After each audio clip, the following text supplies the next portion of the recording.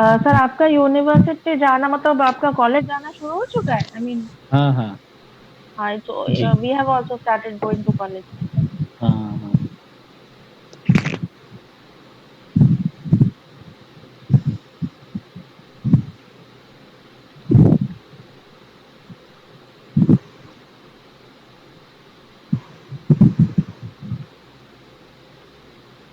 Okay, Manish sir, Devashish sir, very good afternoon. Okay, we have Good Anup afternoon. sir also, Gautam Rana sir, Kalinga sir is there. Shubhakan, can you share the PPT?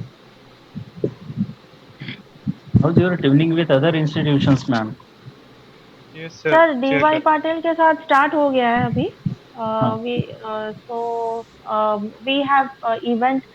Manish sir is also coordinating for DY Patil for tomorrow's event. So yes yes. again same thing we will be going for sir general introduction के लिए जाएंगे महाराष्ट्र और ओडिशा के बारे में we will be exchanging ji. information और उसके बाद we will be starting with other events बाकी सब उसके हम्म। बाद एक के बाद एक शुरू होगा।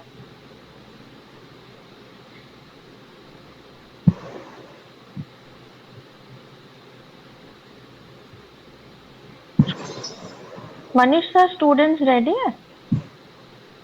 हाँ ma'am.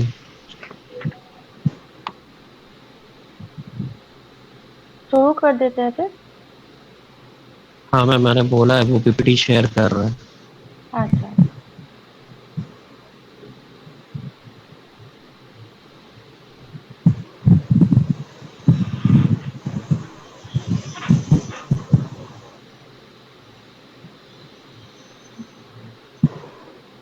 Good afternoon sir. Good afternoon.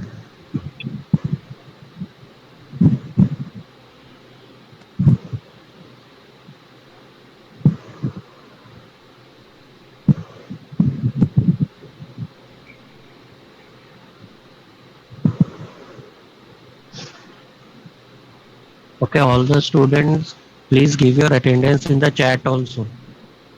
Manish sir आप रिकॉर्ड ऑप्शन ऑन कर दीजिए। हाँ ma'am. Okay, all the students, give your attendance in the chat. हम लोग भी दे देते हैं ना sir. Everybody let's give the attendance. You can write it. तो आप आपका प्रूफ ही रहेगा officially. Let's all give.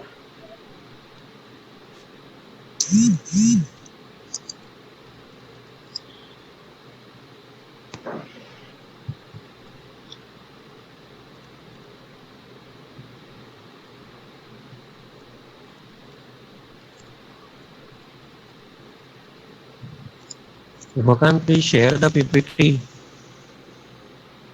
Sir वो शुभ प्रकाश शेयर कर रहा है। उसका कुछ प्रॉब्लम हुआ था तो वो अभी शेयर कर रहा है। 2 सेकंड लगेगा सर अभी शेयर कर रहा है। हमारे न्यूज़ वगैरह आके क्या मैडम पेपर में, एक भारत श्रेष्ठ भारत के?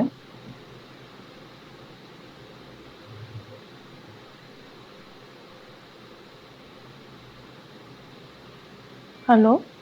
काफ़ी जी अच्छा, सर। मतलब काफ़ी अच्छा हमें एप्रिसिएशन मिल रहा है हमारे मैनेजमेंट की तरफ से। जी जी जी। हम्म, कि मतलब हमारे 20-22 कॉलेजेस हैं। हाँ सर, अच्छा। रिकॉर्डिंग इज गोइंग ऑन और not? Yes sir, recording is on. सो तो रिकॉर्डिंग तब से चालू करिएगा जब सेमिनार चालू होगा। This is our informal communication, so I don't think that this should come under recording.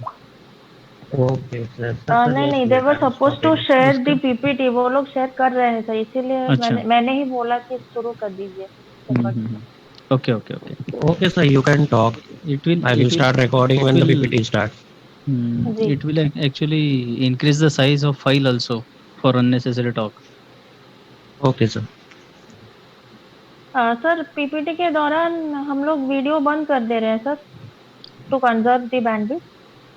Sure, actually हाँ चलेगा। बस स्टूडेंट अपना चालू रखे if he wants to but then let's all mute and disable a video Okay जब sir, तक so presentation sir, चल रहा we है। can start sir. How many मंगे सर participants शुरू are कर दे। there? How many participants are there right now? 31 only. 31. Okay. 31। Okay, fine. Actually, what happened? Our classes has been started.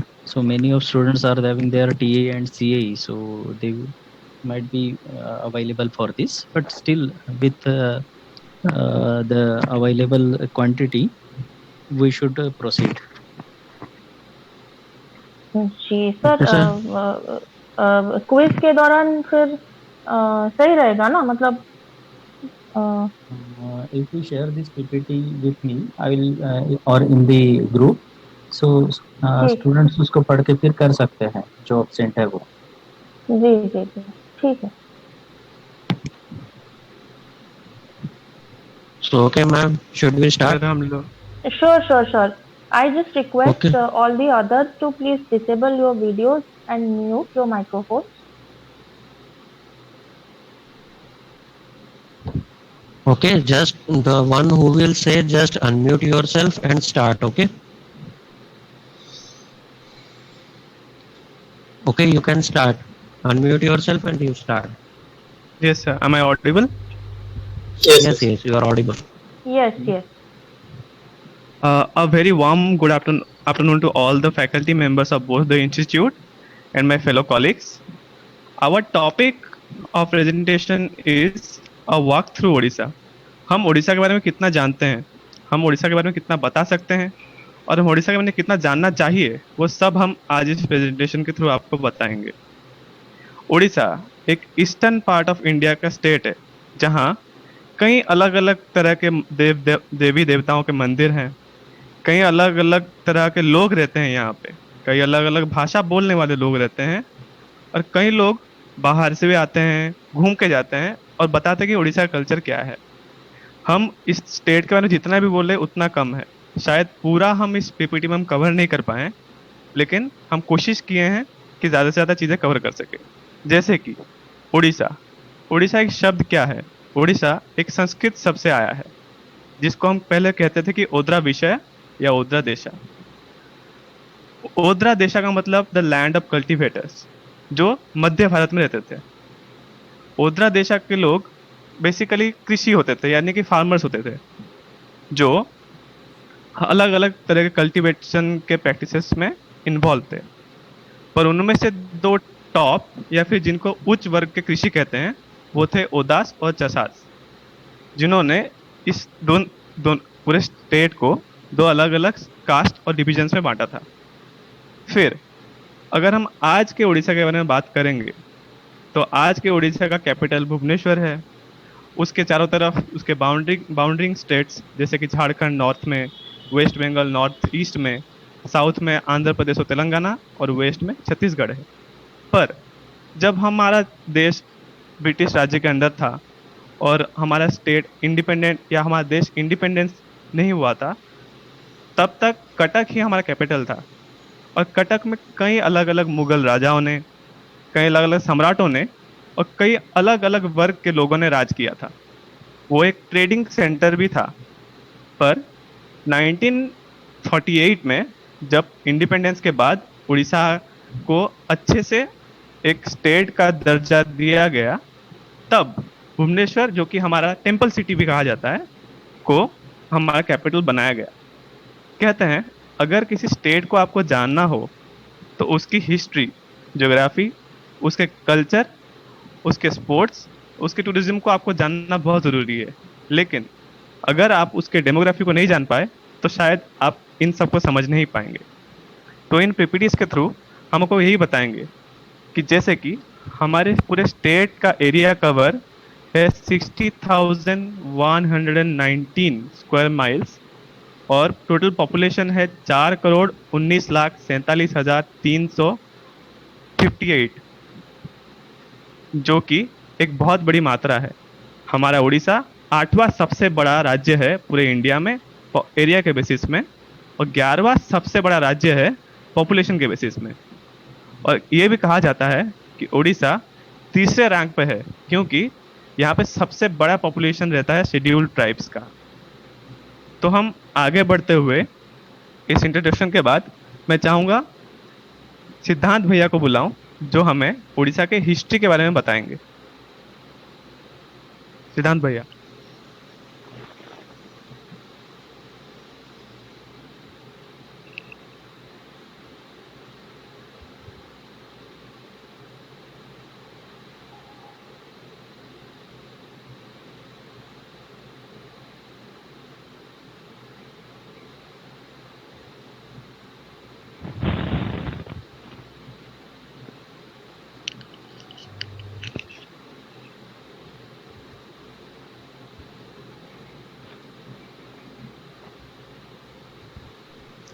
Siddhant, are you there?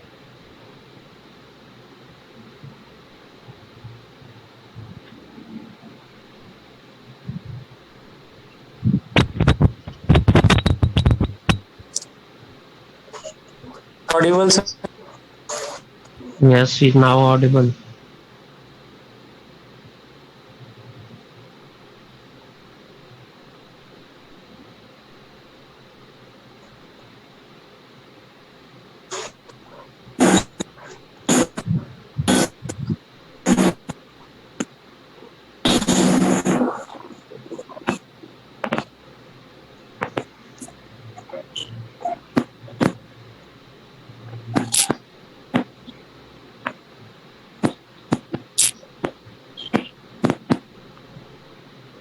Hello, Siddhant.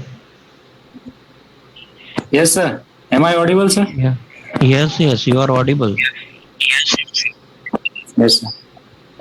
Sir, should I start, sir? Yes, you From start. beginning? You start. Thank you, sir. Good afternoon, everyone. My name is Siddhant Pradhan. I am a final year student of civil engineering from C.V. Raman Global University. I am here to give a brief talk about history of Odisha. Orissa के इतिहास के एक बहुत ही छोटे हिस्से को बताने जा रहे हैं हम। भारत के इतिहास के मायनों में उड़ीसा, जो कि उस काल में कलिंगा के नाम से प्रचलित था, उसका राजनीतिक क्षेत्र के विकास और प्रतिबद्धता अतुलनीय थी। 260 ईसा पूर्व में मौर्य सम्राट अशोक कलिंगा पर अधिकार जमाने के लिए उन्होंने आक्रमण किया था और उस युद्ध को भारत के सबसे बड़े युद्धों में से एक माना जाता है। उस युद्ध को इतिहास के पन्नों में कलिंगा युद्ध के नाम से भी जाना जाता है। इसी युद्ध के पश्चात सम्राट अशोक ने अस्त्र शस्त्र त्याग कर बौद्धिक जीवन यापन करना शुरू कर दिया था और उन्होंने भारत में ही नहीं बल्कि अन्य देशों में भी लोगों को शांति तथा अहिंसावाद को अपनाने के लिए प्रेरित किया था। उड़ीसा, जो कि मुख्यतः अपने प्राचीन मंदिरों के लिए सर्वाधिक प्रसिद्ध है, इनमें 3 मुख्य हैं। श्री जगन्नाथ मंदिर, जो कि पुरी में स्थित है, सूर्य मंदिर, जो कि कोणार्क में स्थित है, तथा लिंगराज मंदिर, जो कि भुवनेश्वर में स्थित है। 13वीं तथा 14वीं शताब्दी में जब भारत के अत्यधिक क्षेत्र में मुस्लिम समुदाय का अधिकार था, उस समय स्वतंत्र कलिंगा अपने हिंदू सभ्यता को बचाए हुए रखा था। 11वीं तथा 16वीं शताब्दी के आसपास कलिंगा नाम विलुप्त होने लगा और उसके स्थान पर ओद्र देशा, जो कि ओडिशा का प्राचीन नाम है, वो प्रचलित होने लगा। धीरे धीरे समय के साथ ओद्र देशा भी ओडिशा में परिवर्तित हो गया और इसका अंग्रेजी उच्चारण ORISSA होने लगा। किंतु 21वीं शताब्दी के शुरुआत में ही इस उच्चारण को पुनः ODISHA कर दिया गया और उड़ीसा की मुख्य भाषा, जो कि उड़िया है, वह भारत के संवैधानिक भाषाओं में से एक है। अंतिम में अगर हम उड़ीसा के राजनीतिक इतिहास के बारे में कुछ जानना चाहेंगे तो भारत के स्वतंत्रता के पश्चात 1950 में ही उड़ीसा को राज्य घोषित कर दिया गया था और 1950 से 2000 तक कांग्रेस का ही सत्ता चला उड़ीसा में। किंतु 2000 और उसके पश्चात जब बीजू जनता दल अपने अस्तित्व में आया तो नवीन पटनायक, जो कि उसके अधिनायक हैं, उन्होंने बहुमत हासिल कर मुख्यमंत्री पद पर सुशोभित हुए और वो अब तक कार्यरत हैं। यही था उड़ीसा के हिस्ट्री के बारे में। Now I would like to call upon my friend to describe further. Thank you everyone.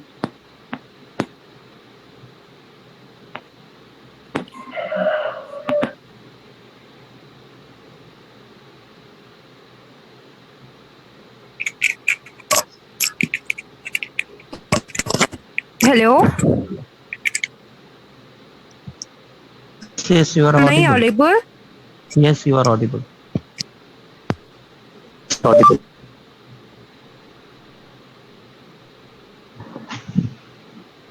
Supriya, you can start. You are audible. You are audible.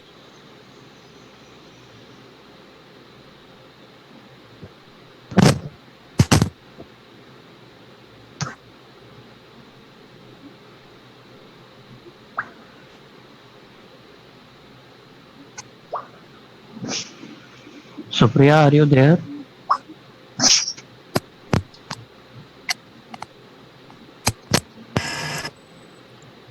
Hello. Yes, Supriya. Now you are audible. You speak. Hello. Yes. हमारा state language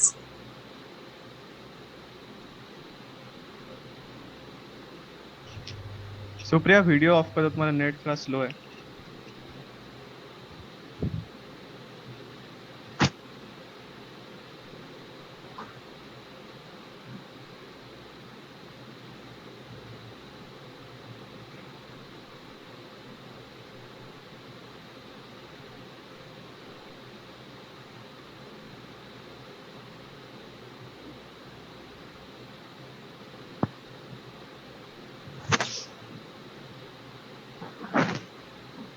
Subhakant, can you tell on this part? I guess she is having some net issues. Yes sir. Sir ऐसा हो सकता है कि हम उसको बाद में बुला दें, आखिर में बोल देगी। हाँ ठीक है, okay. If anyone else is there, you can start with them. तो हम लोग आगे बढ़ते हैं अगले पीपीटीज पर। Let's start with our geography. Hello, am I audible? Yes, you are audible. Hello Thank you, Supriya. Sorry Good sir वो afternoon. Disconnect हो गया था sir Proceed. Okay, Supriya, you proceed.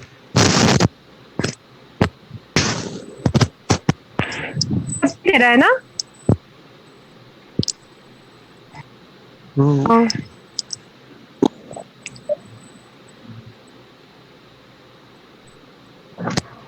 Hello hello Supriya. Hello Supriya, तुम्हारा सुनाई नहीं पड़ रहा है।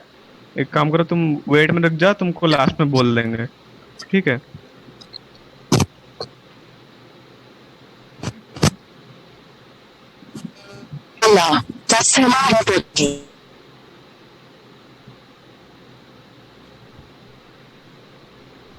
मैं proceed करूँ? Hello. Proceed करो. You proceed with the geography. Yes, sir. Thank you, sir. Good afternoon, everyone. I am Subhranshu Pani from Civil Third Year, going to share some information about geography of Odisha. First of all, I would like to say about its areas and climate.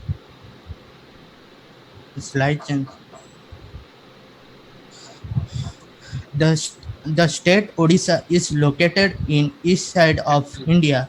Total area covered by Odisha is 1,55,707 kilometers square, which is 4.74% of area of India. State is rich with resources and other minor resources. The state is divided into 30 districts in which Mayurbhanj is considered as largest district and Jagatsinghpur is considered as smallest district by area. Odisha national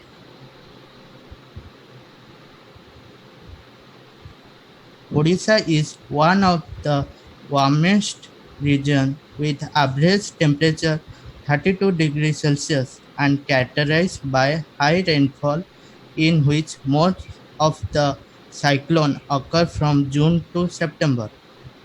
The best time is to visit Odisha is between November to May.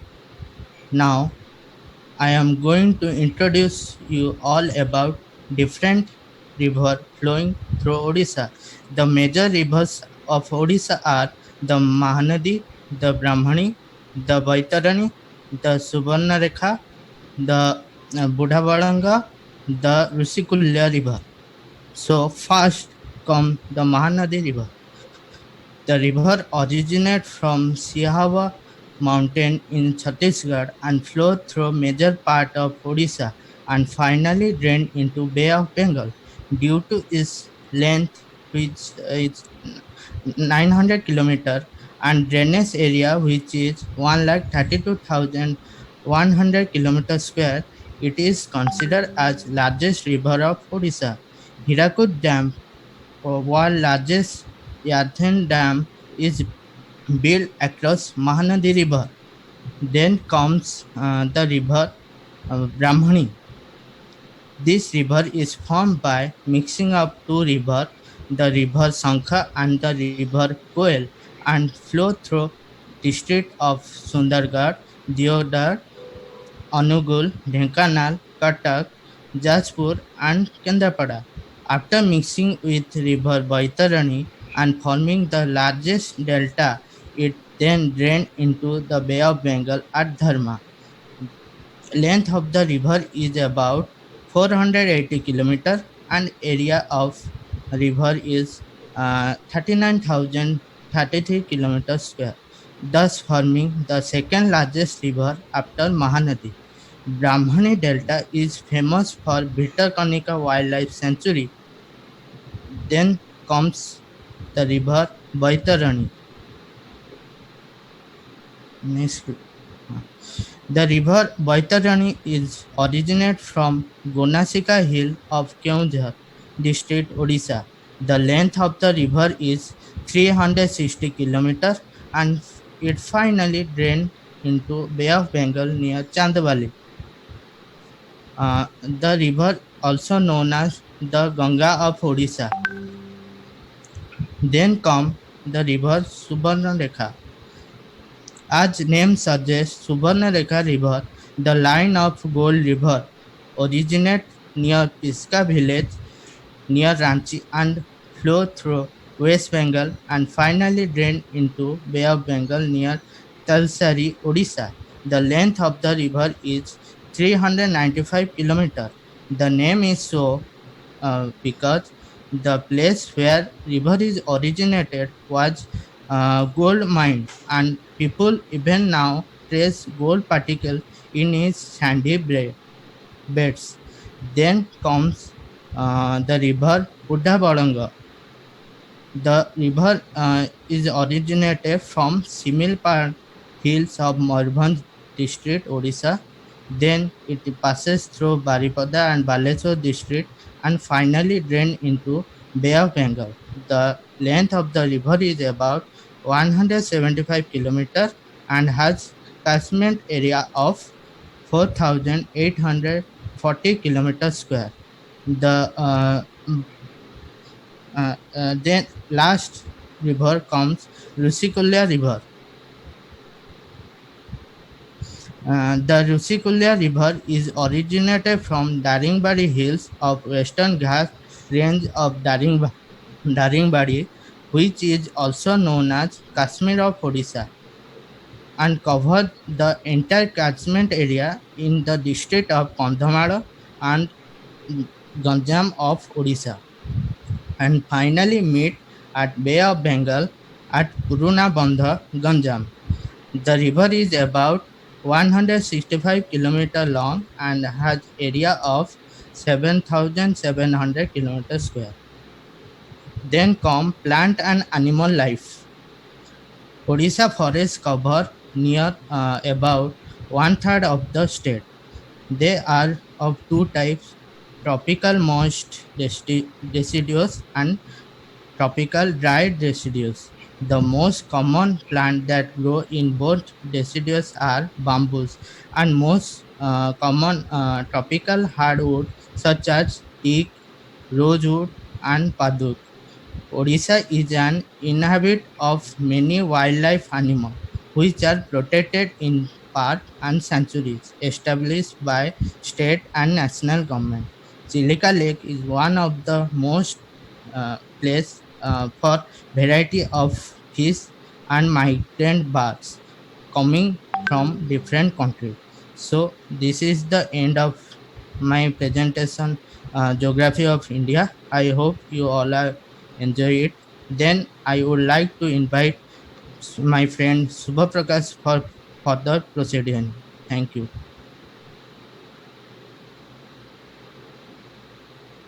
Hello, good afternoon, everyone. Sir, is my voice is clear? Yes, Hello. yes, Yes, you are yes, it's audible. clear. Okay, sir. Thank you, Subhranshu, for passing me the slides. And now from here, we will discuss about demographic of Odisha. And while talking about demography, the first comes population.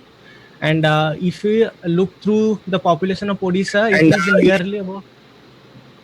Hello.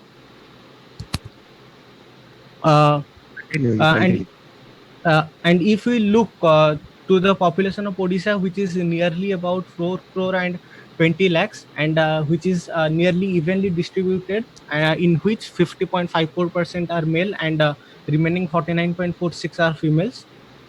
And in terms of 1000, we can say that per 1000 males, there are 978 females in this region, and the population density is nearly about 270 persons per kilometer square, and the literacy rate or the number of person who can read and write is about 73%, which is a good number as if we compare it to the national average, and in which 82% males and 64 females are being literate.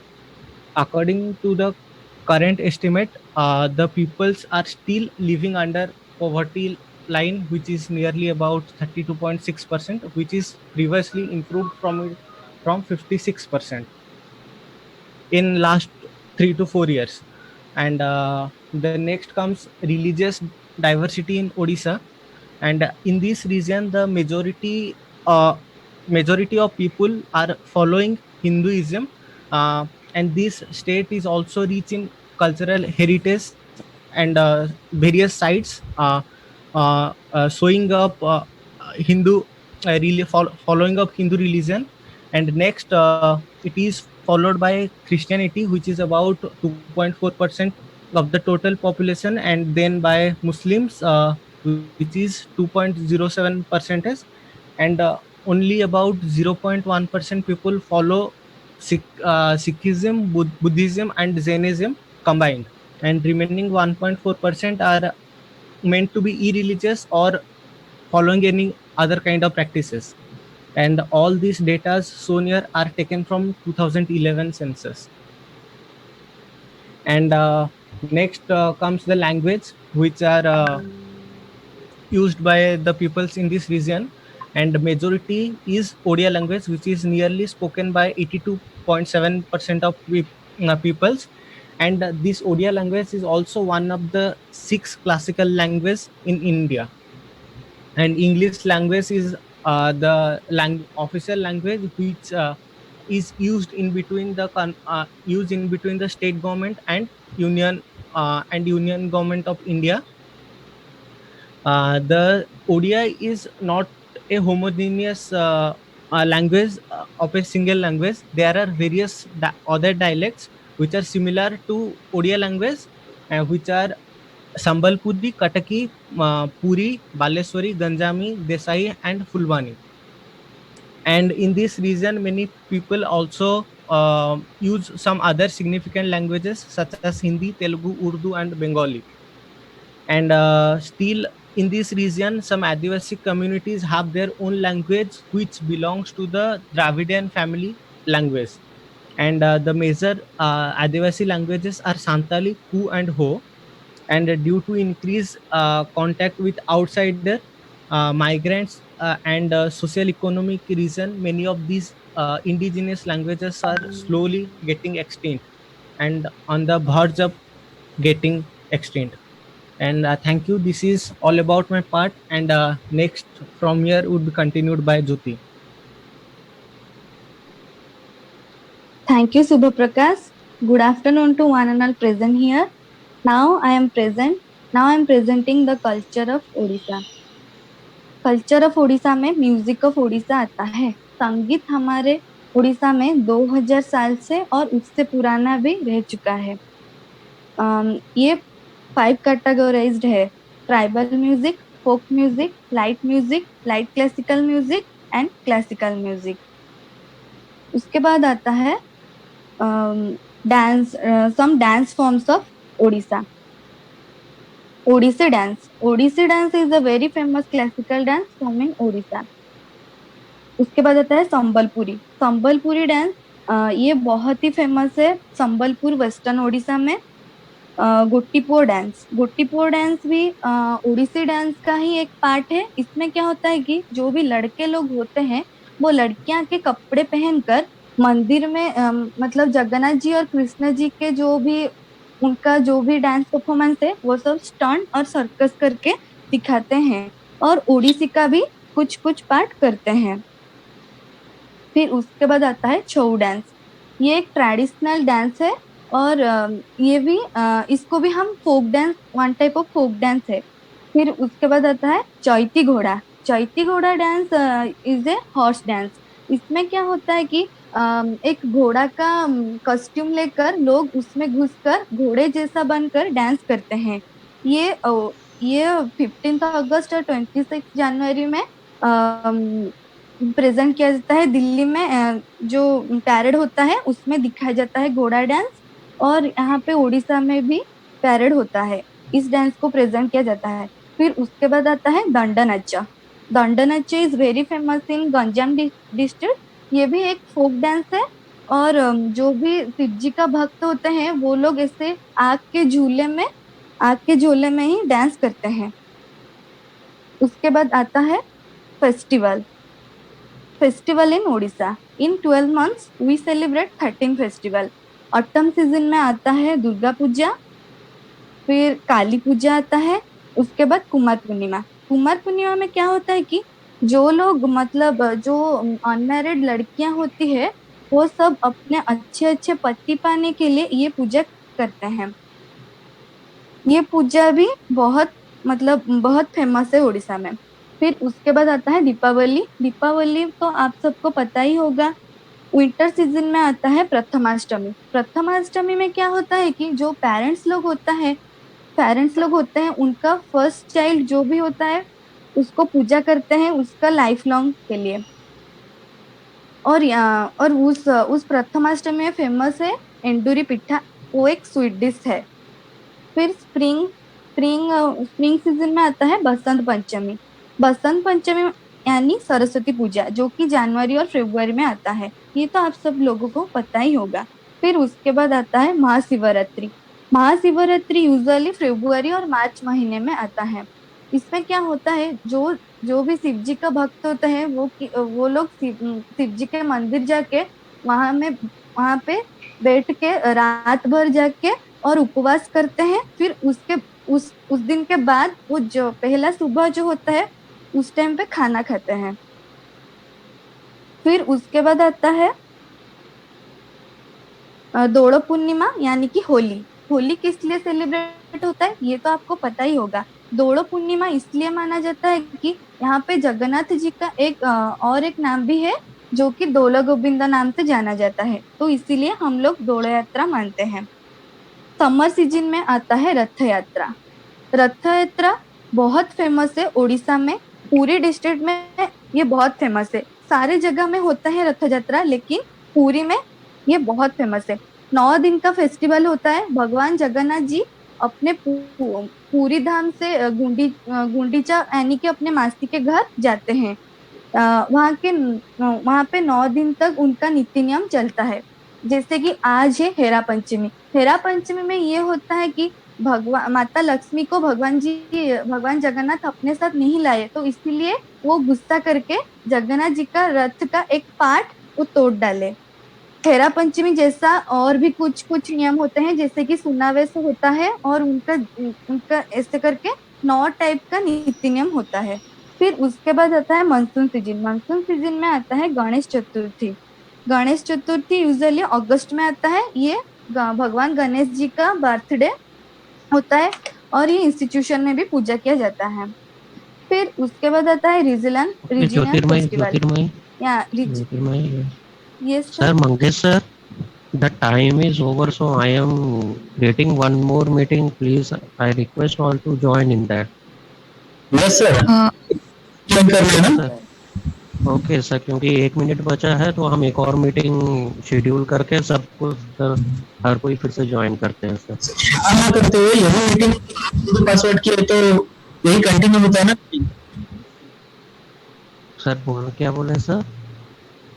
यही meeting hello. Continue होगा, उसी ID और password से join किए तो यही meeting continue होगा, सिर्फ बाकी लोगों को ज्वाइन करना पड़ेगा फिर से। हाँ हाँ हाँ ठीक। सर यही लिंक में कंटिन्यू करते हैं, मतलब वी विल गेट डिस्कनेक्टेड, फिर से हम लोग क्लिक करके वापस यही लिंक में आते हैं फिर। चलेगा चलेगा चलेगा। Yeah. I request everyone from GHRC to join again by clicking the same link. Sir अब फिर से उसको लिंक को चालू करिएगा। ओके जी।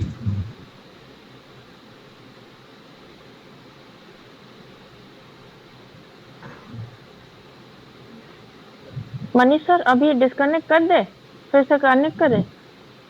हाँ मैम। जी जी जी okay, I am leaving the meeting now. I too. Sir हम लोग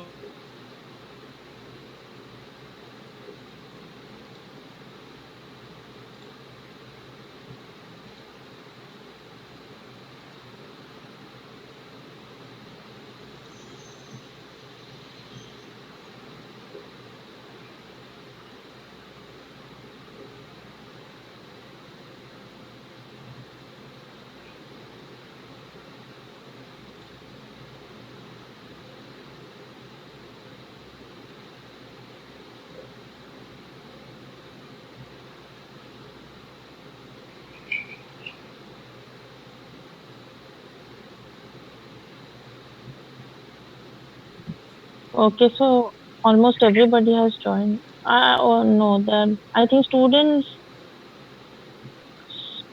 are joining. 10 participants were.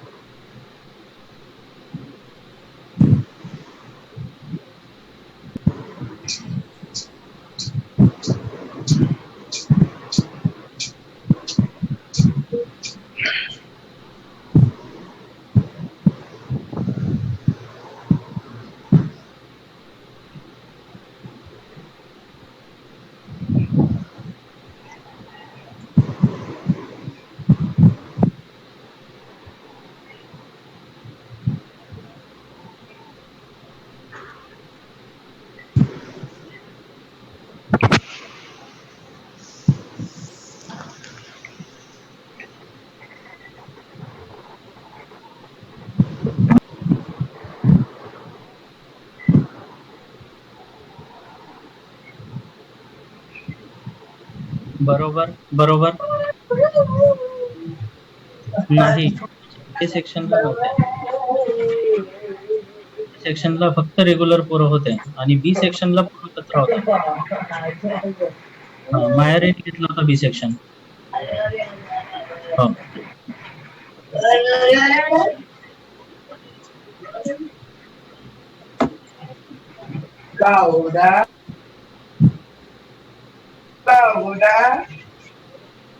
Pritam mute करिए आपका आवाज।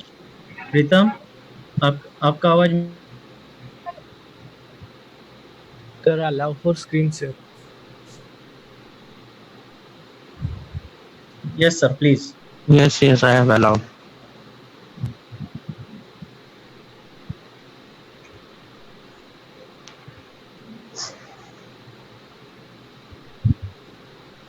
Yes, okay, Jyotirmay, you can start. Yes, sir.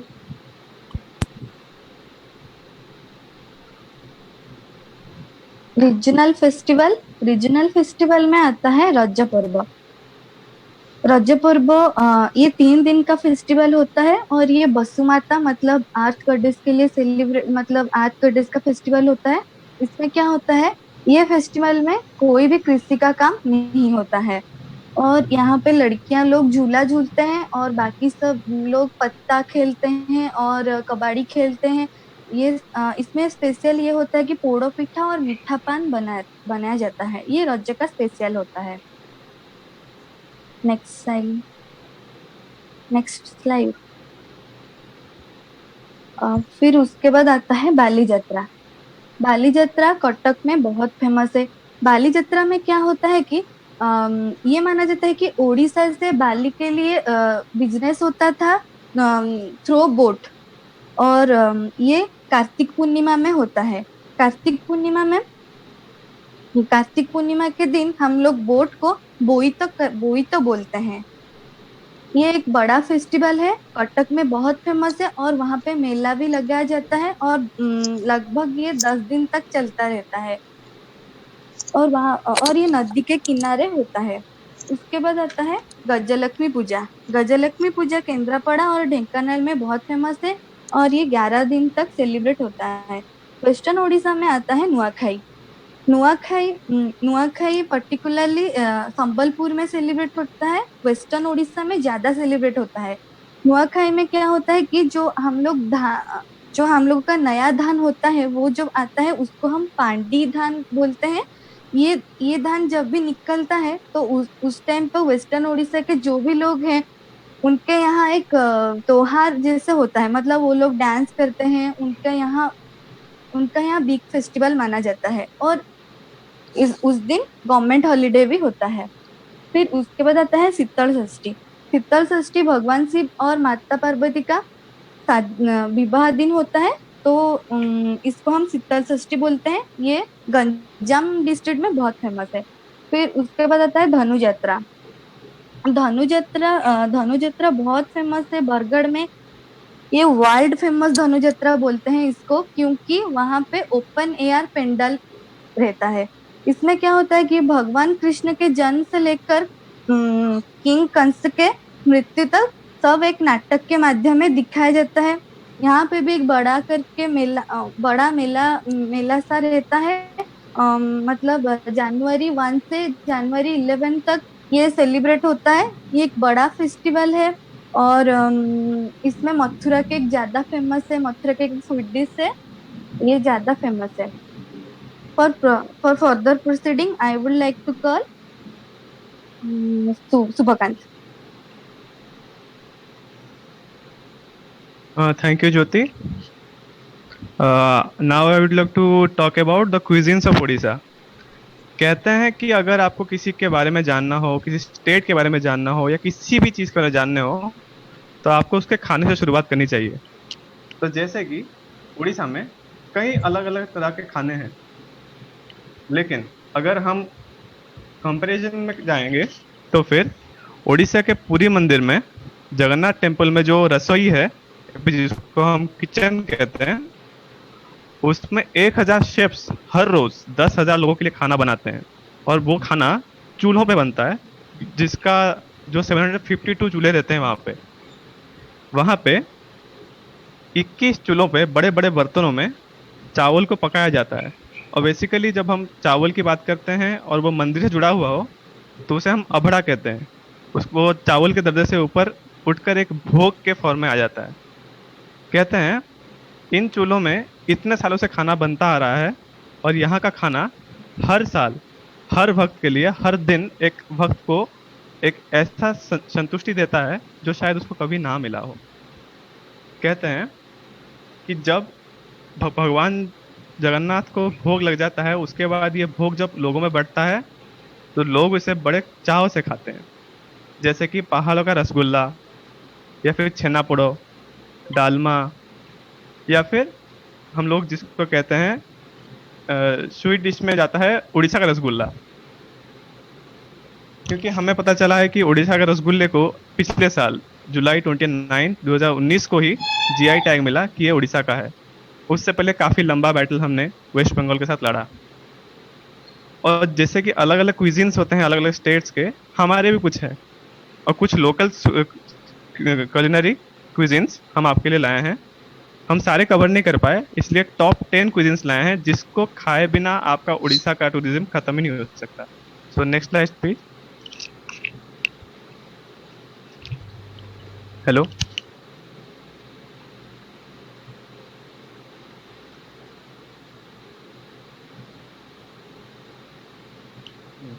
Am I audible, sir?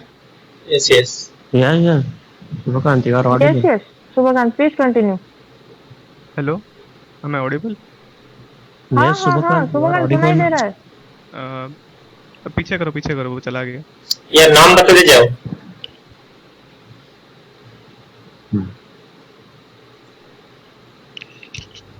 Hello. Yes, Subhakant, continue. चिंगुड़ी मलाई एक ऐसी dish है जो बेसिकली प्रॉन से बनती है. चिंगुड़ी मलाई बेसिकली कोकोनट मिल्क से मिलाकर बनाई जाती है. ये काफ़ी क्रीमी डिश होती है. इसे लोग बहुत चाव से खाते हैं और कहते हैं कि जब जब इसका एक एक पीस आप मुंह में रखते हो तो आपके मुंह में कुछ इस तरह से घुल जाता है कि आप हर तरह के आसपास के वातावरण को भूल जाते हो. उसके बाद आता है माछा घंटा दशहरा के समय माँ दुर्गा को प्रसाद के तौर पे दिया जाता है. कहते हैं माँ दुर्गा इसे बड़े चाव से खाती थी, इसीलिए अलग अलग वेजिटेबल्स, अलग अलग स्पाइसेस और अलग अलग इंग्रेडिएंट्स को यूज़ करके इसको बनाया जाता है. इसमें मछली का सर इस्तेमाल किया जाता है, पर हर जगह दुर्गा माता को अलग अलग प्रसाद चढ़ाने का रिवाज है. इसीलिए कभी कभी वेजिटेरियंस के लिए या फिर कुछ ऐसे जगह जहाँ पे माछा घंटा नहीं बन सकता, वहाँ पे वेजिटेरियन का फॉर्म का घंटा बनाया जाता है. उसके बाद next slide please.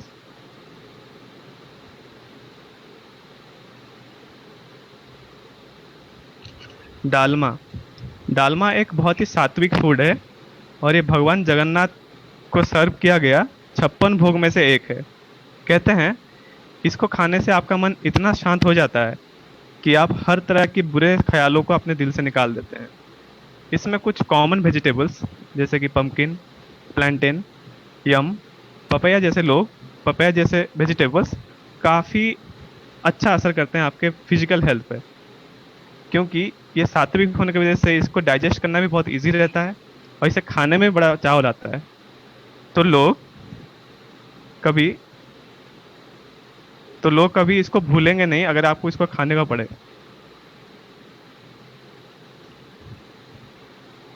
Hello, am I audible? Yes.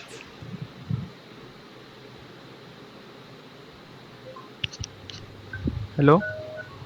Yes, yes, हाँ भाई continue. सुन रहे हैं. यस मैम, ठीक है, मैं कंटिन्यू करता हूँ. फिर आता है पखाड़ वाता. कहते हैं ये एक समर रिफ्रेशमेंट है. इसको समर में इसलिए नहीं खाया जाता कि ये बहुत ज़रूरत है, बल्कि इसलिए खाया जाता है कि ये एक बहाना है. समर में हर किसी को रिफ्रेशमेंट चाहिए होता है, लेकिन जब पखाड़ा का काम आता है वो एक फर्मेंटेड राइस डिश है. इसको क्या करते हैं ना, हम कुक्ड राइस को रात भर सोक करके रखते हैं दही के साथ, फिर इसे सुबह खाते हैं ताकि दिन भर आपके बॉडी में एनर्जी रहे और आपका बॉडी ठंडा रहे, जिस वजह से आपका मन शांत रहेगा तो आप दिन भर गर्मी में भी काम कर पाएंगे. और इसे अकेले नहीं खा जाता, इसके साथ कई तरह के फड़, फ्राइड पोटैटोज और बड़ी जो कि उड़द दाल से बनता है, जिसे हम बड़ी चूरा के फॉर्म में भी खाते हैं, मिला के खाया जाता है, तो फिर इसका स्वाद एक अलग रहता है. और कहते हैं पखाड़ सिर्फ खाने की चीज़ नहीं है, ये पीने की चीज़ भी है, क्योंकि इसके अंदर का पानी अगर आप बाद में पिएंगे तो वो आपके शरीर का हर एक अंग इतने प्यार से ठंडा करेगा कि जीवन भर आपको गर्मी नहीं लगेगी. Next slide please. शुभकांत, ये बहुत अच्छा बोला तुमने. I could not stop laughing. But आपको ये भी इंक्लूड करना है कि हम लोग पखाड़ा डे सेलिब्रेट भी तो करते हैं, है कि नहीं?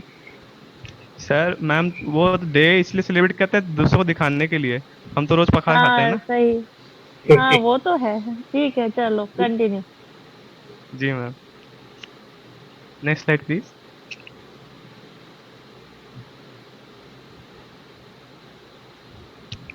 संतुला. कहते हैं संतुला एक बहुत ही प्यारा डिश है जो अगर आपके ज़ुबान पे एक बार आ जाए तो आप उसको खाते रहते हैं. पहले लोग जैसे कि अंग्रेज़ कहते थे कि ये बीमारों का खाना है, पर हमें जितना पता है इसको खाने के लिए अगर हमें बीमार होना भी पड़े तो उसमें कोई बुराई नहीं है. It is one of the most healthiest food that a person will ever eat. इसमें रॉ पपाया होता है, पटाटो होता है, टमाटो होता है, ब्रिंजल होता है. उड़ीसा के लोग इसे बड़े चाव से खाते हैं और दूसरों को खिलाते भी हैं। तो कभी कभार ये भी कह सकते हैं हम, we believe in eating and we believe in sharing. उसके बाद आता है one of the best street foods of Orissa, dahi bara आलूदम। इसे कटक का मैजिक भी कहते हैं। जब लोग इसे खाते हैं तो अगर वो चाहे तो 2-3 दिन का मील भी स्किप कर सकते हैं, लेकिन दही बड़ा आलूदम अगर सामने हो तो वो खाना नहीं छोड़ सकते। वो जितने मज़े से दही बड़ा आलूदम खाते हैं उतने ही मज़ेदार बातें उनके मुंह से निकलती हैं। कभी कभार कहते हैं कि जब आप दही बड़ा आलूदम के आसपास हो तो आपको संभल के रहना पड़ेगा, क्योंकि एडिक्शन आपको कभी भी हो सकता है। इसीलिए कहते हैं कि जब आलूदम जैसा स्ट्रीट फूड आपके पास हो, आपको हर वो पॉसिबल कोशिश करनी चाहिए कि आप इसको अवॉइड करो, क्योंकि अगर आपने खाना शुरू कर दिया आप इसे खाते ही जाते हो। Next slide please.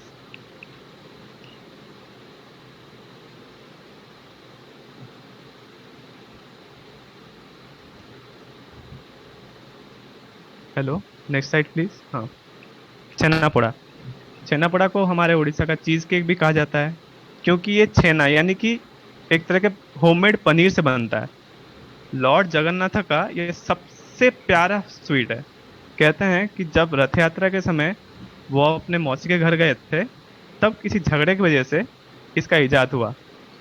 कहते हैं बड़े प्यार से इसे जगन्नाथ जी खाते हैं, और इसको बांटने पर भी एक ऐसा फील आता है कि लगता है कि हम भी एक पावन भूमि में आ गए हैं। तो इसे पावन भूमि रस या छेनापोड़ा भी कहते हैं।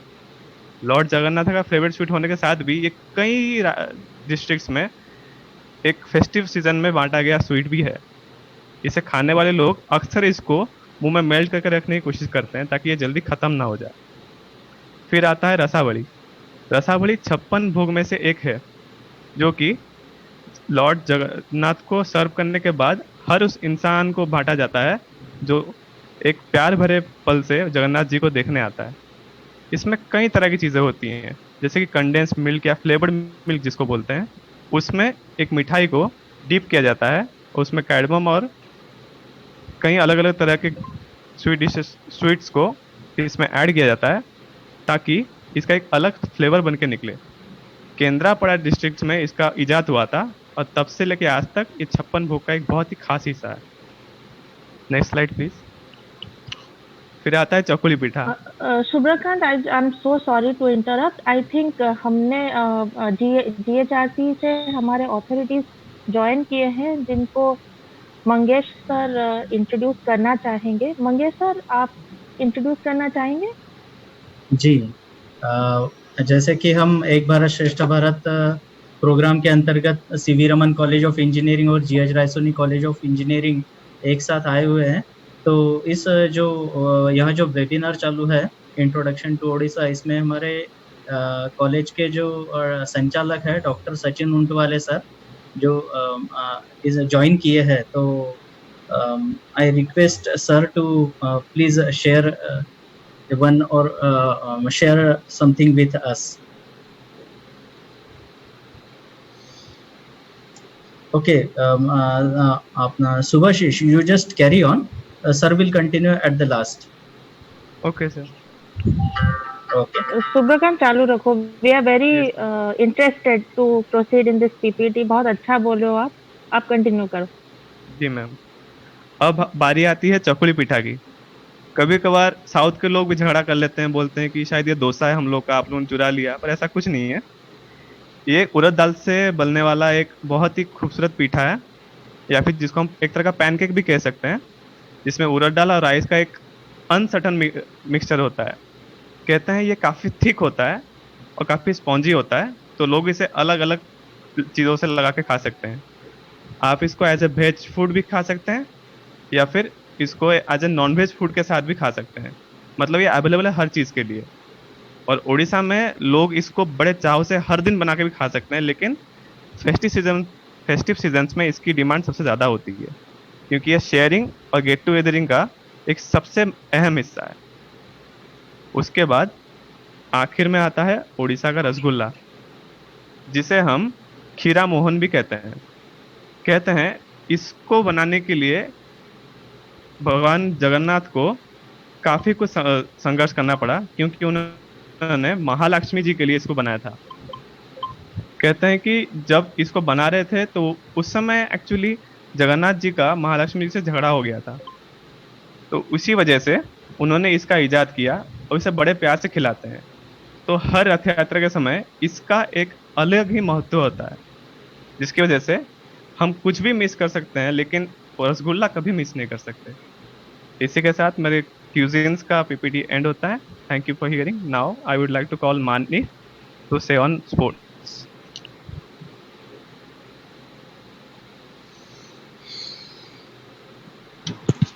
Oh, thank you, Subhakant. It's very interesting.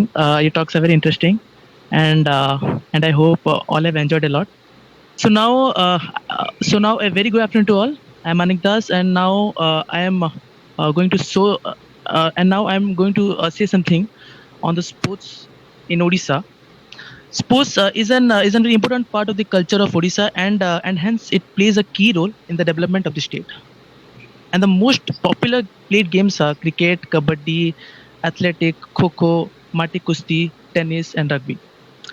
And the recent events that took place in Odisha were Hockey Championship Trophy 2014, Hockey Indian League 2014, 15, 16, and 17, FIH Hockey World League 2017, Asian Athletic Championship 2017, and etc. So at the last, I would like to say Odisha has its own reputation in providing national and international level players in last couple of years. Also, there are many sports person who have earned a good name for the state, and nowadays other state is hosting many national and international games and sports to show its interest for the development. And now I would like to call Pratish Bhaiya. We will give his views on the tourist places in Odisha. Bhaiya, please. Thank you, Manik. Good afternoon to one all present here. This is Pratish Panda. And sir, next slide, please, sir.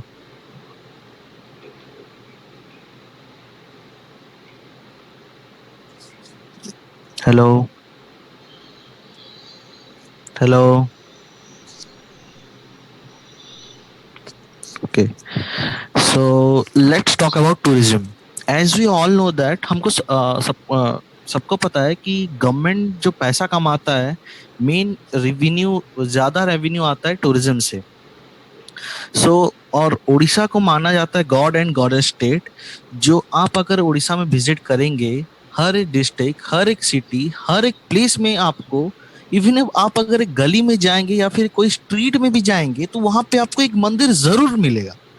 So let's start first of all Shri Jagannath मंदिर Puri. As we all know that this is the most iconic place in the world, the well-known place in the world. इसको सब कोई जानते हैं as famous for Kart Festival, जो कि रथ यात्रा के नाम पे भी बहुत फेमस है। और ये हिंदू धर्म के लिए बहुत ही बहुत ही इम्पोर्टेंट मंदिर है। और the Jagannath is a form of Vishnu also, and ये सिचुएटेड है ओडिशा के ईस्टर्न कोस्ट ऑफ line में। And this is most famous for Rath Yatra and Chappan Bhog of Sri Jagannath. So next Konark Surya मंदिर, सूर्य टेम्पल, इसका एक बहुत ही बड़ा हिस्ट्री है। अगर मैं आज आपको बताना चाहूंगा तो इसमें मेरे को बताते 1-2 घंटा लग जाएगा। तो हम इसके बारे में कुछ ही बात करेंगे जो मैं अपने दादाजी से सुना हूँ। कोणार्क टेम्पल जब बनाया गया था, इसमें फुल्ली बिल्ड ऑन स्टोन, इसमें और कुछ भी मटेरियल यूज नहीं किया गया, only stone and iron rod use किया गया है।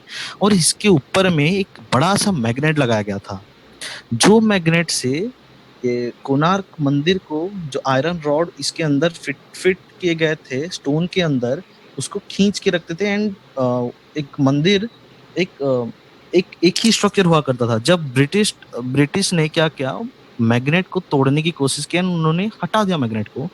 जब हटाने की कोशिश की, हट गया मैग्नेट, देन क्या हुआ, मंदिर ब्रेक डाउन मीन्स मंदिर ब्रेक हो गया पीसेस एंड पीसेस में। अगर भी आप कभी उधर विजिट करते हैं तो आपको मेन मंदिर उधर बिखरा हुआ मिलेगा।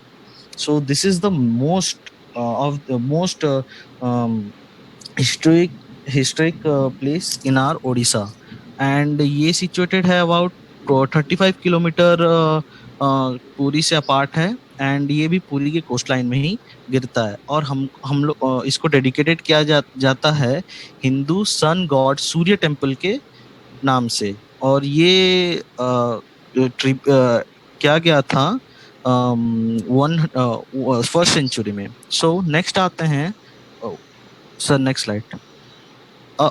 अब आते हैं उदयगिरी एंड खंडगिरी केव्स की तरफ। उदयगिरी एंड खंडगिरी ये बेसिकली भुवनेश्वर में ही सिचुएटेड है, जो कि मैन मेड केव्स है। एंड उदयगिरी एंड खंडगिरी दो पहाड़ हैं, हिल्स हैं, हिल्स के ऊपर ही आपको बहुत सारी केव्स मिल जाएंगे जो कि खंडगिरी चौक में ही सिचुएटेड हैं। और ये दोनों एडजेसेंट हिल हैं, दोनों के आसपास हैं। और इसको एंड ये बहुत artificial and archaeological historical place है और बहुत ही रिलीजियस है। इसमें बोला जाता था पहले के जो मीन्स ऋषि मुनि लोग थे, इसके अंदर इस महीने साल उधर जाके तपस्या करते थे एंड अपने भगवान के लिए तपस्या करते थे। And next of all Nandankanan geological park, ये फैला हुआ है 437 हेक्टर्स में and botanical garden in Bhubaneswar Orissa. Establish किया गया था 1960 में एंड पब्लिक के लिए ओपन किया गया 1979 में। ये फर्स्ट ऐसा जू है इंडिया में जो कि world association zoo and aquarium इसमें एस्टेब्लिश किया गया था 2009 में। It also contain botanical garden and a part it's been declared as sanctuary Nandankanan, literally means the garden of heaven. इसको गार्डन ऑफ हेवन के नाम से भी जाना जाता है। Sir, please next slide. Yes. Simlipal National Park. This is the national park or a tiger reserve in the Mayurbhanj district in the Indian state of Odisha, covering 2,700 kilometers square. It is a part of Mayurbhanj elephant reserve, which include the protected area of Simlipal Tiger Reserve, Hadgad Wildlife Sanctuary 191.06 kilometers square, and Kulidia Wildlife Sanctuary with 272.75 kilometers square. And now we'll go to Chilika Lake. Chilika Lake, it is the brackish water lagoon spread over the Puri, Khordha and Ganjam district of Odisha state. It is the east coast of India at the mouth of Daya River, flowing into Bay of Bengal and covering an area 1,100 kilometers. It is the most beautiful lake in India. Sir, next slide. Hirakud dam.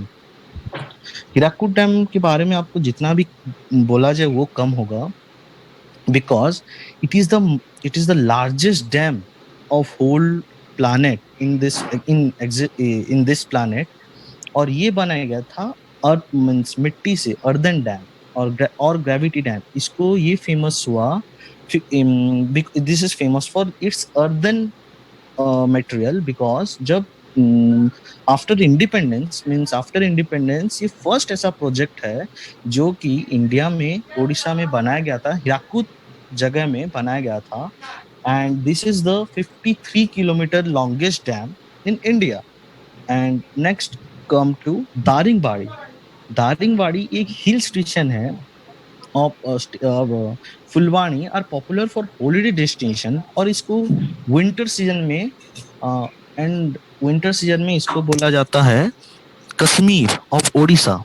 इसमें in winter season जब snowfall होते हैं ये totally Daringbadi district ये भर जाता है total snow में। और ये ओडिशा में एक ही जगह है जो कि स्नो में विंटर सीजन में ढक जाता है।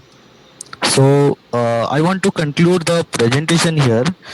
As we know different tourist place, cuisine, sports, and many very vast thing in this presentation, but we can't cover in this one presentation the total Odisha. So we have done this many thing as we can do in this single presentation. So thank you so much, sir. बहुत अच्छा presentation बनाए थे आप। Thank you sir. काफी अच्छा presentation था और काफी इंफॉर्मेशन हमें मिली ओडिशा के बारे में। बड़ा मजा आया sir. Actually I would like to congratulate all students. आपने बहुत अच्छा किया है, बहुत अच्छा। And I am very very proud of you everybody. सारे बच्चे बहुत अच्छा बोले हो। Thank you, ma'am. Excuse me, ma'am. Soumya, ma'am. Ji Hello, Soumya, ma'am. हाँ ज्योति बोलो। No, ma'am. It's Anisha from GHR से. अनीशा बेटा बोलो। Ma'am, Supriya's part was remain. She didn't explain her part. If she want to, she can. Supriya, is it here? Supriya, are you there? Yes, ma'am. There. Yes, please complete your presentation. You are left, and I'm really Yes, thankful ma'am. to GHRC students. They reminded us. It shows that they are interested. That's a very good indication. Supriya, please complete your portion, and we will be done with this. Okay, chalo, thank Yes, you. ma'am. Yes, ma'am.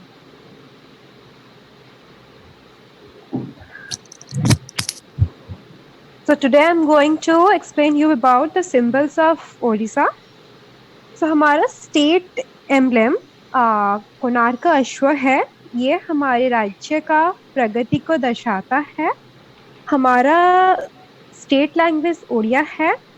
ये eastern Indo Aryan language है और ओडिशा भाषा को भारत में classical language के हिसाब से 6वां स्थान पर नामित किया गया था। ये झारखंड का सेकंड ऑफिशियल लैंग्वेज भी है। हमारा स्टेट सॉन्ग वंदे उत्कल जननी है। ये ओडिया देशभक्ति कविता है। लक्ष्मीकांत महापात्र ने ये कविता को 1936 में लिखा था, जब ओडिशा एक राज्य बना था। ये कविता हमारे राज्य का स्थान आन बढ़ाता है। हमारा स्टेट स्वीट रसगुल्ला है। रसगुल्ला पुरी में उत्पन्न हुआ था और उसका नाम खीर मोहाना भी है। जगन्नाथ मंदिर पुरी में पारंपरिक रूप से रसगुल्ले को देवी लक्ष्मी को भोग चढ़ाया जाता है। और हमारा स्टेट बर्ड इंडियन रोलर है। यह पक्षी नीलकंठ के नाम से भी जाना जाता है और ये नाम का संबंध भगवान शिव के साथ भी है, क्योंकि उनका नाम नीलकंठ जो है। और हमारा स्टेट फ्लावर अशोका है। ये एक प्रकृति का प्यारा सा इनाम है। ये बहुत सुंदर और खुशबूदार भी है। हमारा हमारा स्टेट डांस ओडिसी है और ये एक प्राचीन भारतीय क्लासिकल नृत्य है। ये ओडिशा के हिंदू मंदिर में उत्पन्न हुआ था। मामल सांबर है। ये बड़े हिरन प्रजाति का जानवर है। इसका आबादी धीरे धीरे शिकार और विरोध के वजह से घट रहा है अब, और ये प्रजाति सिमलीपाड़ा नेशनल पार्क में पाए जाते हैं। Next slide please.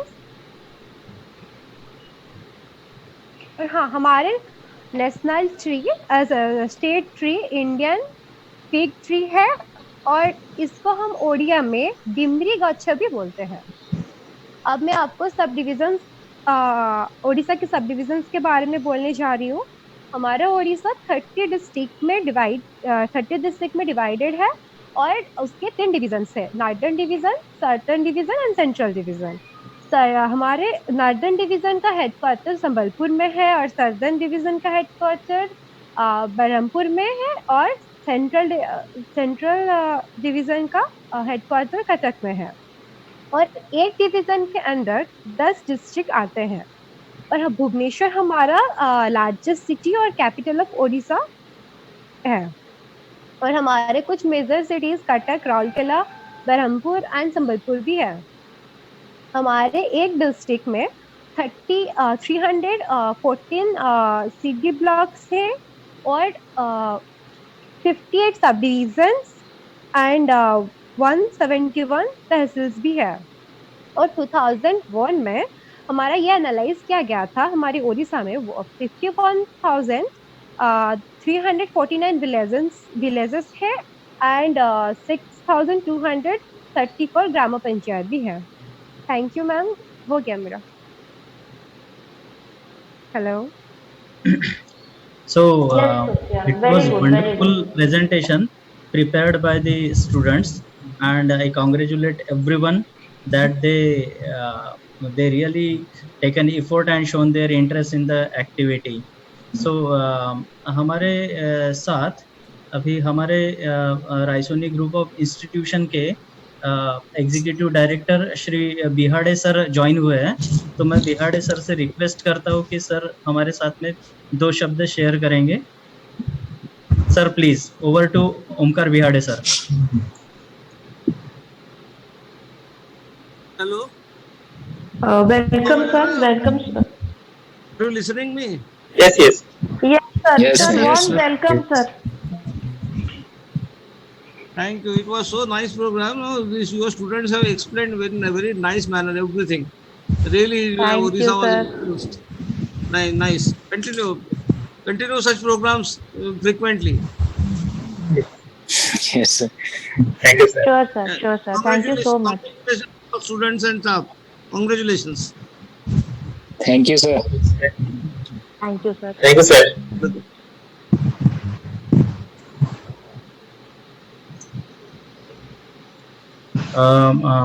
One more request ma'am, Saumya ma'am, हमारे हेलो जी, सौम्या सर. मैम, Yes, हमारे इंस्टीट्यूशन के director doctor Sachin Untwale sir join हुए हैं। तो सर हमारे साथ में 2 शब्द शेयर करेंगे, ऐसे मैं सर से विनती करता हूँ। Sir ji. Please. Sachin sir, आपको बहुत बहुत welcome to our event. Sir आपका माइक अनम्यूट करिए।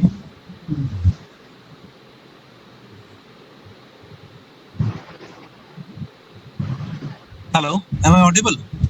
Yes, sir. Yes, sir. Sir, warm welcome on behalf of C.V. Raman Global University. We extend a warm welcome, sir. Thanks a lot. Thank you very much. On behalf of G.H. Raisoni College of Engineering and on my personal behalf, I thank you for organizing such a great event. In future Thank also, you, we'll be joining together, collaborating together for many such events. It is really a sir. great initiative, a good platform to know each other's tradition and customs. It's an extremely good Definitely. opportunity for all of us. Thank you for the presentation and thank you for everything. Thanks. Thank you, sir. Thank you so much. Ji, sir. Thank you very much, sir. Thank you, sir. So Anisha? Yes, sir. Please go for the vote of thanks. Okay, sir.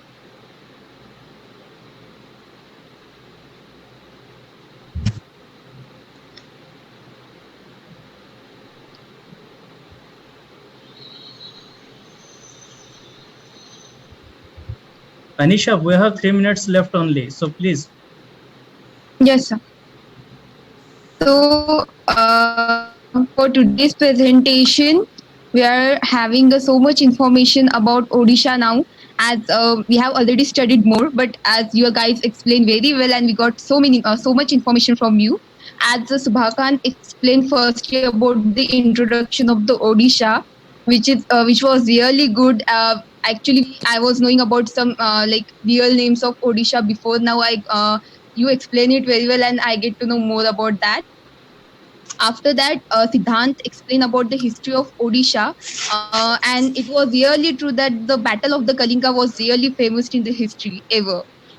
After that, he also explained about the. After that, the Subhanshu explained about the geography of the Odisha, and it is really important the population, area, rank over the all like country. So you explain it very well. Then you also explain about the areas and climate. After that, you explain about the rivers of the Odishas, where the Mahanadi, the Brahmani, the Baitrani, and many more. There were many rivers which were so much famous in the Odisha. The Mahanadi, the Brahmani Nadi, Baitarani river, like the Subhad Narekha river. As you explained that you found gold there, so that you named it like Subarnarekha river. So it was really helpful information, and it was something new to know. After that, the Buddha Balanga river. The names are somehow complicated, but definitely whatever you explained was so much interesting. Then the Rushikulya River. Actually, I was excited about this one because I was actually excited about the Olive Ridley sea turtle. As I already read about that the turtles they were so much famous in the Odisha. Then you explain about the plant and animal life in the Odisha also. After that, Subha Prakash explained about the demographics of Odisha, where he explained about the population distribution and religious diversity of Odisha. Then he also explained about the language of Odisha, where the Odisha is the official language of the Odisha. After that, Jyoti explained about the culture of Odisha, where she explained about the music of Odisha and also the dance. As we all know that the Odissi dance is so much famous, not only in the country but all over the world. So it was good to know more about that. Then we get to know more about the Chahu dance, Chaiti Ghoda, and Dada Nacha. She also explained about the festive season in Odisha, where she explained the Durga Puja, Kali Puja, Kumar Purnima, Deepavali, Prathamashtami, spring festival like Vasant Panchami, and Mahashivratri. Knowledge. She also explained the some more festival which are like Nukhali, Sitala Sati, and Dhanu Jatra. I think festivals are so much important in Odisha, and there were so many festivals that I can't even tell you guys now. But yeah, that all were good. Then Subhakan explained about the cuisine. As I need to appreciate this effort because I was really feeling hungry after hearing you. So about all the dishes you explained, you did very well job. So after that, Manik Das explained about the sports where he told us about the cricket, kabaddi, athletic, kho, mati kusti, tennis, and rugby. He also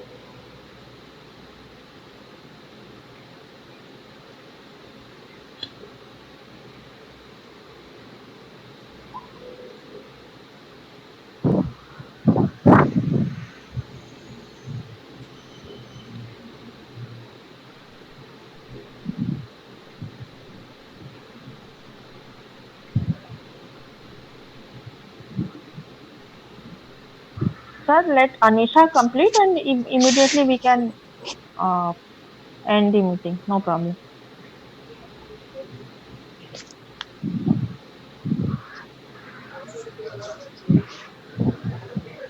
I think all our faculties and students have joined. Is there anyone from GHRC? No, ma'am, till now, no. They have not joined.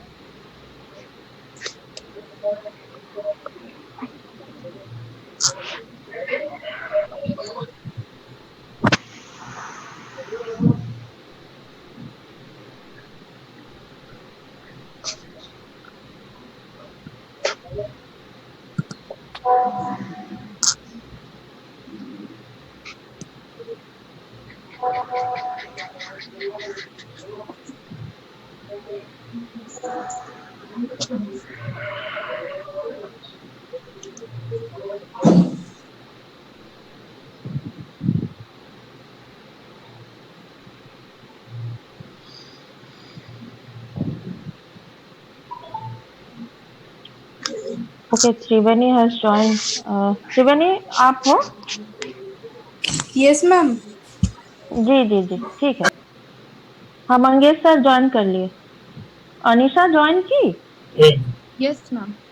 Okay okay, Anisha please complete. Manish sir आप चालू कीजिए। हाँ, recording चालू हुआ, ठीक है।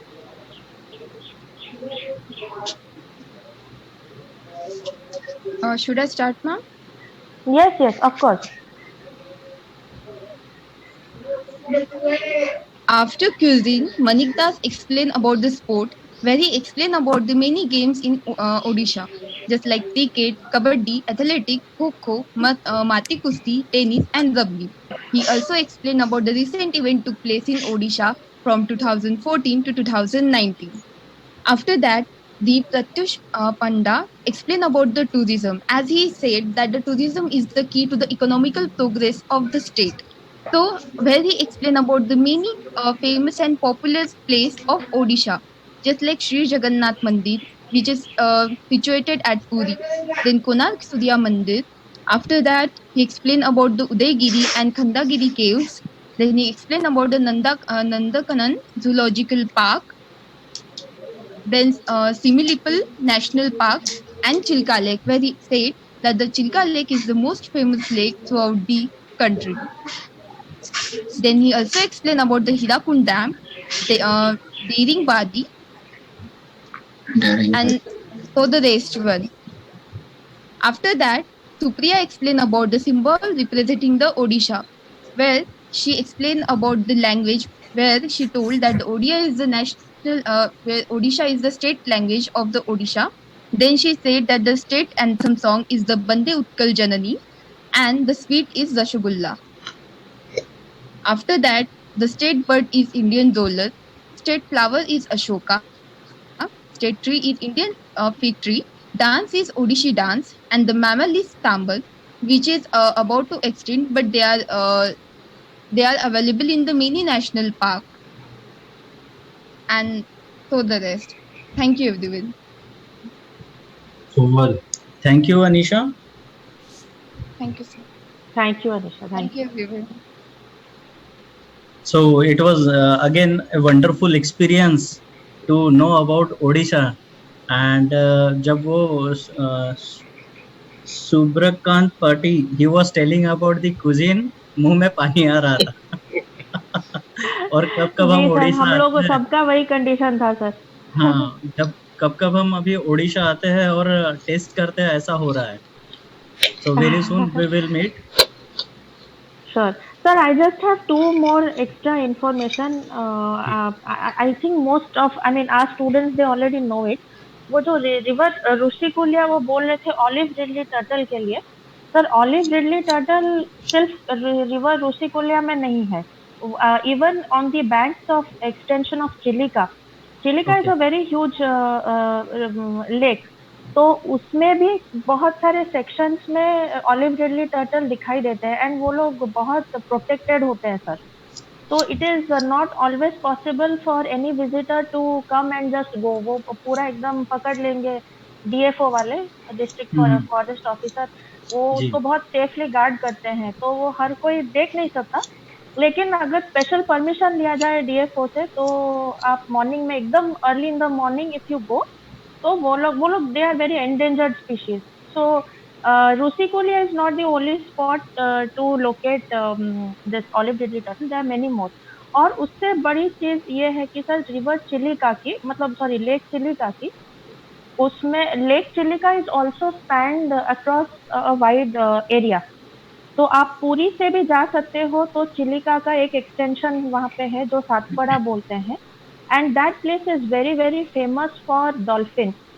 It's a very regular picnic spot. मतलब जैसे आप बोट में जाते हो तो आपको मछलियाँ दिखती है, तो मछलियाँ कम दिखती है और डॉल्फिन ज्यादा दिखती है।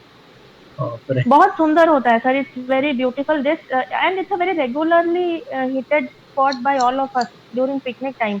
दिसंबर हुआ तो हमारे कॉलेज से हम बहुत जन जाते हैं वहाँ पे, सातपड़ा में डिपार्टमेंट का पिकनिक होता है, तो कभी बोर ही नहीं होते सर। 3-4 घंटे का बोट जर्नी होता है, तो उसमें we see lot of dolphin और पूरा पैर में ऐसे कूदते हैं ऊपर। Very beautiful. और चिलिका में सर सबसे ब्यूटीफुल बात है कि माइग्रेटेड बर्ड्स आते हैं from Siberia, from other countries. तो उसका टाइम होता है सर, जैसे कि मान लीजिए नवंबर से मार्च तक। तो चिलिका में आप बहुत सारे माइग्रेटेड बर्ड्स देख सकते हैं जो हाइबरनेशन के लिए वो लोग मतलब इतने हजार माइल से फ्लाई करके आते हैं। तो वो बड़ा इंटरेस्टिंग है sir. So I just wanted to share this with everybody. It was nice information ma'am. और अभी तो ऐसा लग रहा है कि जब हम आएंगे वहाँ पे तो ज़रूर ये सब चीज़ें यहाँ पर इन सब स्थानों पर जाने की इच्छा रखते हैं और काफ़ी मतलब एंथुजियास्टिक और ज़ील है। आपको मिनिमम 10 दिन चाहिए पूरा खत्म करने के लिए नॉन स्टॉप। तो आप आओगे तो 10 डेज प्लस में प्लान कीजिएगा। वैकेशन ड्यूरेशन में कुछ फैकल्टीज और स्टूडेंट्स के साथ हम प्लान करेंगे after completely free from corona condition. Yes sir, of course ji. Okay, so it was very nice experience to listen the words of Orissa. So thank you everyone. Thank you so much. Thank you, sir. I just had a small request. This is a special request from our vice chancellor because वो शायद last meeting आपसे किए थे। Unfortunately I could not make You were not there. Yes. Yes sir. तो उनका बहुत मतलब ये रिक्वेस्ट है कि एटलीस्ट 5-6 रेगुलर सेंटेंस जो जैसे हम लोग यूज करते हैं, जैसे कि आपका नाम क्या है, आप कहाँ से हो, वो आप खाना क्या खाना चाहते हो, खाए हो कि नहीं, just very regular words and regular statements which we frequently use. maybe we can plan another event next month जहाँ पे हम महाराष्ट्र की भाषा सीखना चाहेंगे, एटलीस्ट सम डूएबल स्टेटमेंट्स। और the same our team from our end also we can teach Odia, very doable. This can not happen overnight हम लोग भाषा तो सीख नहीं सकते, लेकिन बहुत कम, जैसे कि आप लोग भी अगर यहाँ पे आए तो टूरिज्म में at least while you are taking a tour around the state आप लोग भी ये बता पाओगे कि अरे भाई ये क्या है, वो क्या है, ये और कितनी दूर है, खाना कहाँ मिलेगा, रेस्टोरेंट कहाँ मिलेगा, वेरी वेरी डूएबल सेंटेंस। तो उसका सर एक छोटा सा सेशन अगर हम लोग प्लान कर पाए तो बहुत अच्छा रहेगा सर। मैम एक्चुअली मेरे माइंड में भी यही था और इसके लिए मैम हमारे स्टूडेंट्स को रिक्वेस्ट किया था कि अभी जैसे हमारा ग्रुप है उसमें मोबाइल नंबर्स भी हैं, so they can share their thoughts through the WhatsApp also. तो स्काइप पर वो खुद ही सेशन ले सकते हैं अभी हमारे स्टूडेंट्स आपके स्टूडेंट के साथ में, और ये सब चीज़ें इंटरेक्ट करें। एक्चुअली इसमें जो बेसिक सेंटेंसेस है वो एटलीस्ट अगर आते हैं तो हमारा जो ये प्रोग्राम इतना हम इसमें समय दे रहे हैं, सब चीज़ें कर रहे, एफर्ट्स ले रहे हैं, तो उसको कुछ फलित मिले, उसका फल मिले, इसके लिए मैं सोच रहा था। तो रिक्वेस्ट है सभी स्टूडेंट्स से कि वो स्काइपे और Facebook then WhatsApp Messenger through chatting करे और फ्रेंड्स बनाए, फेसबुक फ्रेंड्स, स्काइपे फ्रेंड्स, और वो भी एक एक्टिविटी के तौर पर ही हम अपलोड कर सकते हैं मैम, रिकॉर्ड कर सकते हैं। जी बिल्कुल, ठीक है जी। तो उसमें ये जो आप बोल रहे हैं वो इसमें रेगुलर टॉकिंग में क्लियर हो सकता है। हाँ, क्लियर हो सकता है। और स्पेशल जो स्पेशल एक सेशन भी लेंगे हम जिसमें हम बेसिक सेंटेंसेस शेयर करेंगे। जी जी जी, डेफिनेटली सही रहेगा सर। तो ये अगले महीने का एजेंडा रखते हैं हम लोग, अगले महीने में मतलब जुलाई में एक दिन निकालते हैं जिसमें ये एक सेशन रख के हम शेयर करेंगे। और बाकी स्काइपे और इससे स्काइपे और फेसबुक फ्रेंड्स से हमारे स्टूडेंट्स तो करेंगे ही करेंगे। जी जी जी बिल्कुल। स्टूडेंट्स में से किसी को कुछ डिस्कस करना है? Anything from student side who wish to put their opinion regarding this? From both the sides. हाँ, किसको कुछ बताना है, फीडबैक और एनी सजेशंस? मैम अगर हम कुछ अगर पहले से हम लोग देख के आएंगे तो चलेगा?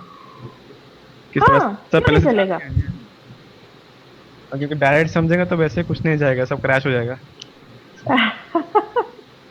हाँ बिल्कुल चलेगा। आप लोग अपने से भी चैट कर सकते हो, कोई ऐसा थोड़ी है कि ग्रुप में ही चैट करना है। ग्रुप में भी कर सकते हैं बट ज्यादा बड़ा सेंटेंस नहीं, छोटा छोटा सेंटेंस, 2-3 हाँ What का हम लोग ऐसे स्टार्ट कर सकते हैं, व्हाट इज योर नेम। तो जैसे कि सुब्रकांत, मान लो कि कल से तुम भेजोगे कि what is your name, next line में रहेगा कि तमो ना कौन। Yes ma'am. तो तमो ना कौन, you please right it in English, because अब ओडिया में लिखोगे तो हम उनको समझ में थोड़ा दिक्कत होगी। तो आप इंग्लिश में ही लिखो पहले कि तमो ना कौन, व्हाट इज योर नेम, तुम्हारा नाम क्या है। तो उसको भी आंसर भी लिखो, तीनों लाइन उसको आंसर भी लिखो, तो मतलब मराठी साइड जो है और हमारा साइड भी है, हम भी उसको कॉपी करके हमारा नाम लिख सकते हैं। हाँ बिल्कुल बिल्कुल, डेफिनेटली। सर मंगेश सर, आपके एंड से भी महाराष्ट्र मतलब मराठी में जैसे बोलते हैं कि तुम्हारा नाम क्या है, वैसे भी अगर आपके एंड से कोई पोस्ट कर पाए तो बहुत अच्छा होगा। हमारे इसमें मराठी में बोलते हैं तुम्हारा तुमचं नाव काय आहे। जी। अगर हमारे से बड़ा है तो तुमचा, अगर हमारे से छोटा है तो तेरा नाम क्या है, सॉरी तुझं नाम काय आहे। अच्छा, हम लोग का आपन का नाम कौन, आप। तो yes, we can start like this, हर दिन एक एक सेंटेंस हो गया तो सर हो जाएगा बस। Okay okay then Sir, the quiz date on 2nd, is that okay? 2nd July?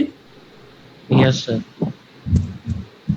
Or some else date if you can you take it on 4th July, Saturday, same times, 3:30 p.m. Okay sir, no issue.